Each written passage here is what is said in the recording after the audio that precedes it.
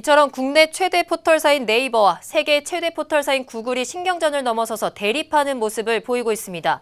문제는 이 두 기업의 대립이 글로벌 기업과 국내 기업 간 차별과 역차별에 대한 불씨를 지폈다는 점인데요. 이에 대해서 중기벤처팀 이상훈 기자와 함께 좀 더 자세한 얘기 나누도록 하겠습니다. 안녕하십니까? 예, 안녕하세요.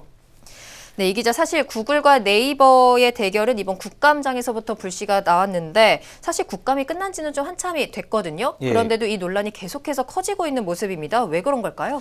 10월 31일 날 처음으로 이제 국감에서 이해진 네이버 창업자가 이제 얘기를 던진 게 이제 불씨가 됐던 거잖아요. 그래서 네. 11월 2일 그때 이제 구글에서 정식적으로 이제 그거에 대해서 조목조목 반박을 했고, 그로부터 일주일이 지나서 네이버에서 한 대표의 이름으로 이제 정식으로 이제 다시 또 한번 재반박을 하면서 결국은 이거를 공론화시키고자 하는 그러한 네이버의 그런 약간 의지 같은 것도 좀 보였던 것 같습니다. 그리고 이게 그렇게 단순하게 네이버와 구글의 싸움으로만 볼 수 있는 건 아닌 것 같고요. 네. 우리나라가 IT 강국이라고 그냥 10년, 20년째 얘기를 하고 있지만 실상은 그렇지 않다라는 자조 섞인 목소리도 많이 나오고 있지 않습니까? 특히 국내 기업인데도 불구하고 국내 규제 때문에 외국 네. 기업과 동등하게 대결하지 못하는 것이 되게 문제가 되고 있고요. 네. 그러다 보니까 오히려 예를 들면 네이버와 경쟁을 하는 카카오 같은 사업자들, 아니면 유튜브는 이제 또 아프리카 TV 같은 것들하고 이제 많이 경쟁을 하고 있는데 외국 기업과 국내 기업의 이제 대결이 되니까 어제까지만 해도 경쟁사였지만 단합을 하는 거죠. 그래서 네. 네이버를 응원하는 양상이 된 겁니다. 왜냐하면 네이버가 이렇게 공론화시킴으로 인해서 만들어진 여러 가지 규제에 대해서 정부가 움직이거나 조금 더 이제 긍정적인 효과를 낸다면 그것은 이제 네이버뿐만 아니라 모든 국내 기업들에게 이제 혜택이 돌아갈 수 있기 때문이죠. 네. 그래서 이제 그런 부분까지 관전 포인트로 보는 게 좋을 것 같습니다. 말 그대로 국내 기업과 이제 외국 기업 간의 대립으로 점점 더 확산이 되어가고 있는데 사실 이 문제가 구글 코리아만의 문제는 아닐 거라고 생각을 합니다. 뭐 유한 회사로 등록돼 있는 애플 코리아라든지 페이스북 코리아가 모두 매출 공개 의무가 없지 않습니까? 그래서 이런 분쟁이 나타나는 것 같은데 어떻습니까?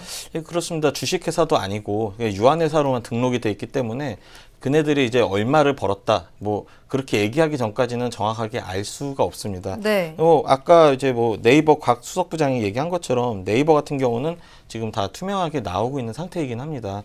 그래서 굉장히 이제 매출액 규모가 높죠. 이 IT 기업이기 굴뚝 없는 IT 회사인데 작년에 2조 5,900억 원 가까이 벌었고 그중에서 2,700억 원 이상의 이제 세금을 납부를 했습니다. 네. 그 세금액도 상당하고 또 그 국내 스타트업들을 위한 투자 같은 것들이 활발한데 그런 것들이 전혀 없는데 국내에서 돈을 이제 조 단위로 벌어가는 거에 대한 이제 시장에서의 약간 반발감이 이제 조금씩 나타나고 있는 것 같습니다. 뭐 골물대로 골랐다는 얘기도 나오고 있고요. 애플 코리아라든지 페이스북 코리아 같은 경우도 혹은 또 구글 코리아에서 그런 이제 세계적인 회사들이 벌어들이는 돈이 국내에서만 막 5조, 6조 막 그렇게 넘어가는 상황이니 네. 그 시장 국내에서 벌어가는 거에 비해서는 국내에 기여하는 바가 너무 없지 않냐 그런 목소리들이 너무 팽배해지고 있는 거죠. 상대적으로 고용하고 세금 등에서 훨씬 많이 지출하고 있는 네이버 입장에서는 뭐 적어도 국내 기업이니까 더 혜택을 달라는 건 아니다. 최대한 동등하게 경쟁이라도 그렇죠. 해달라는 네. 약간 절박함도 좀 내비쳤던 것 같습니다. 그렇군요. 그러니까 말 그대로 벌어가기만 하고 왜 우리한테 주는 건 없느냐. 우리한테도 똑같은 규제를 달라. 외국 기업에게도 네네. 똑같이 규제를 해라라는 얘기인데 뭐 네이버가 제기한 또 다른 문제점의 하나는 망 사용료가 있거든요. 말 그대로 망을 사용하는데 내는 대가를 이제 그 외국 기업들은 내지 않는다. 라는 거죠.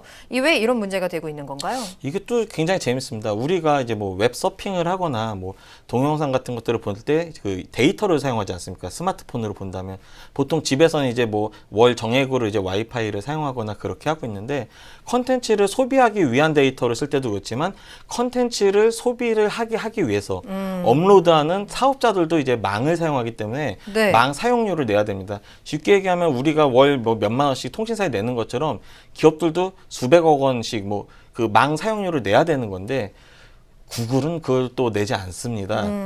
그러니까 결국은 이제 통신 관련된 서버를 국내에 네. 두지 않고 있기 때문에 해외의 서버를 거쳐야 되는 거고요. 망이 이제 연결이 또 멀어지고 그러다 보니까 속도가 느려질 수도 있고 사용자들이 또 막 불편함을 갖게 되잖아요. 네. 그러다 보니까 예를 들면 유튜브 같은 경우는 굉장히 많은 사용자들이 매일매일 컨텐츠를 소비하고 있는데 그거를 뭐 국내 기업들이 혹은 통신사들이 막을 수가 없는 거예요. 너무 많은 사람들이 사용하는데 야, 왜 너네 이 인터넷에서 이거 속도가 느려? 안 나와? 그러면은 결국은 자기네 사용자 수가 떨어질 수밖에 없기 때문에 어떻게 보면 외국 기업의 배짱 영업, 그러니까 그냥 망 사용료를 내라고 그래 그럼 우리는 너희한테 서버를 두지 않을 거야. 해외에서 할 테니까 너네가 알아서 연결해. 그거를 피할 수가 없었던 거죠. 그런 거군요. 네, 근데 아무래도 뭐 네. 네, 조금만 더 설명하겠습니다. 하지만 네이버는 그 국내에서 사용하기 때문에 국내 데이터 센터를 두고 거기다가 대고 이제 망 이용료를 굉장히 많이 내고 있습니다. 한 734억 원을 작년에 네이버만 망 사용료를 냈다고 하니 네. 국내 IT 기업으로 보면 굉장히 많은 비용을 내고 있는 거죠. 근데 조금 이상한 게 세금 문제는 뭐 주식회사와 유한회사다 뭐 이렇게 회사의 형태가 다르니까 그렇다고 하더라도 망 사용료 같은 경우가 이렇게 기업에 따라서 다르게 부과가 될 수가 있는 건가요? 그러니까 이게 결국은 외국 회사이기 때문에 그러니까 국내 기업 같은 경우는 이제 사용자들의 편의를 위해서 이렇게 서버를 구축을 한 거고 네. 외국 회사 같은 경우는 이제 이통사들이 그 비용을 내라 그러니까 야 그럼 너네한테 서비스 안 할 거야 그냥 우리는 우리 서비스 여기다 센터를 줄 테니 필요하면 너네가 연결해 그렇게 된 거죠. 그러니까 처음에 국내 이통사들의 무리한 욕심 때문에 어떻게 보면은 그 컨텐츠를 생성하고 공급하는 국내 기업과 사용자들이 같이 피해를 본 문제도 있습니다. 그렇군요. 말씀을 들어보니까 똑같은 서비스를 하고 있는데 네이버는 망 사용료도 다 내야 되고 매출도 공개해야 되고 세금도 더 많이 내고 네네. 있는데 규제는 또 외국 기업보다 더 많이 받고 있는 상황이란 말이죠. 아무래도 네이버가 억울하다라고 얘기할 수밖에 없는 상황인 것 같네요. 그렇죠. 그것뿐만 아니라 이제 뭐 예를 들면 이제 되게 많은 사람들이 매일매일 들어가는 게 이제 뭐 페이스북이라든지 인스타그램이라든지 그런 이제 SNS를 많이 사용하지 않습니까? 네. 근데 그런 부분도 해외에 서버를 두고 있기 때문에 뭐 경찰에서 이제 수사를 위해서 뭐 이렇게 단속을 하거나 그런 것들에 대한 정보를 보고자 했을 때도 국내 기업은 접근이 가능한데 해외에는 접근이 이제 아예 어려웠죠. 네. 그런 것도 이제 약간 국내 기업의 역차별이라고 볼 수 있고요.